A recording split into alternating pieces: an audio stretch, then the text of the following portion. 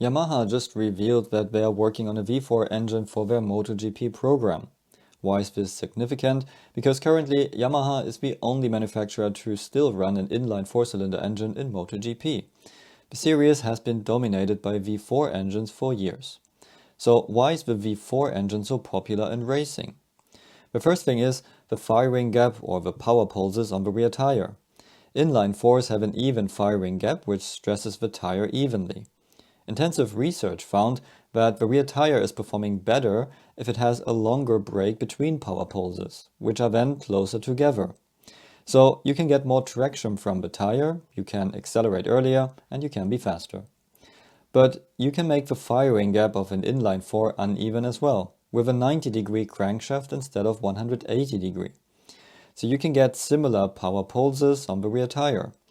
But the next advantage of V4 engines is packaging. The transversely mounted engine is a lot narrower than the inline 4, so you have a narrower bike and hence less frontal area. If you think about the internal cooling flow, there is a big difference as well. For an inline 4, there's a large wide engine block right behind the radiator, which basically blocks cooling flow. Additionally, all 4 hot exhaust primaries are right behind the radiator, which is supposed to cool the engine. On a V4 bike, you have a narrower engine, so less blockage, and only 2 exhaust primaries behind the radiator, so half the heat. Because there is easier flow, you can get away with a smaller radiator for the same cooling performance, which means less drag and weight. On a V4 engine, the crankshaft is a lot shorter, which gives you less inertia and better turn-in, but also less stability at high speeds.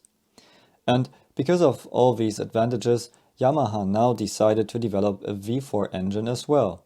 They are currently testing it on the dyno and the reliability is not there yet to test it in a bike. But this should happen soon and they could use a V4 engine from the middle of the season 2025. Before the big rule change in 2027, Yamaha wants to fully understand the advantages of a V4. So the best way is to build your own one. Also, their top rider, Quartararo, was pointing out that the top teams are running V4s and it might be a good idea to look into it. The downside of V4 engines are that it's much longer, much more complex because you need 2 heads, 2 sets of cams, and you have a more complex exhaust. But on the other side, you have more flexibility to change engine parameters like bank angle, bank offset, bore and stroke. And if you have a more agile V4 bike with better traction, riders drive a different V-shaped line around corners to use the advantage of the concept.